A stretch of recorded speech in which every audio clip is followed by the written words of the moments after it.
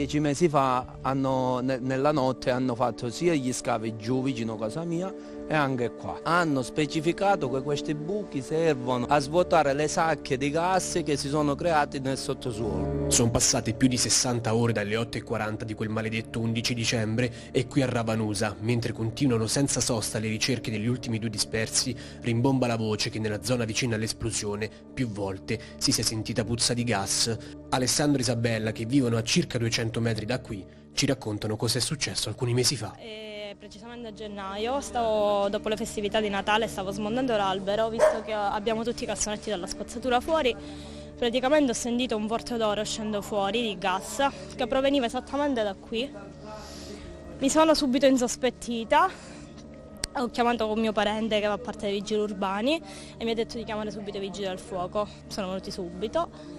E effettivamente poi chiamando Italgas hanno segnalato qui delle fughe di gas, sono entrati a casa nostra per vedere se c'erano delle pertenze a casa, e a casa mia no, però in altre case, nei bagni fuoriusciva infatti del gas, hanno fatto qui degli scavi e hanno trovato appunto delle tubature rotte.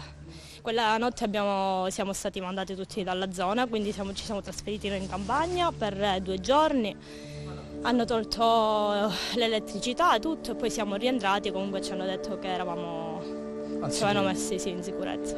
Sono stati evacuati per un giorno e una notte. Alessandro, che preferisce rimanere a volto coperto, lo ricorda bene.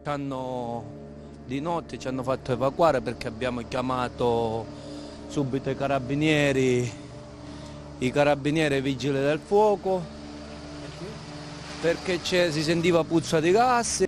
Hanno fatto qui dei buchi dove hanno trovato delle sacche sotterranee di gas. Cioè questi buchi praticamente? Sì, per fare fuoriuscire dopo il gas. Durante la notte hanno fatto questi buchi.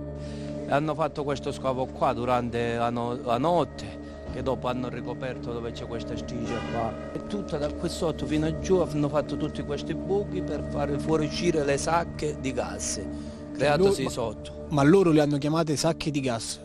Sì, sacche di gas nel sottosuolo.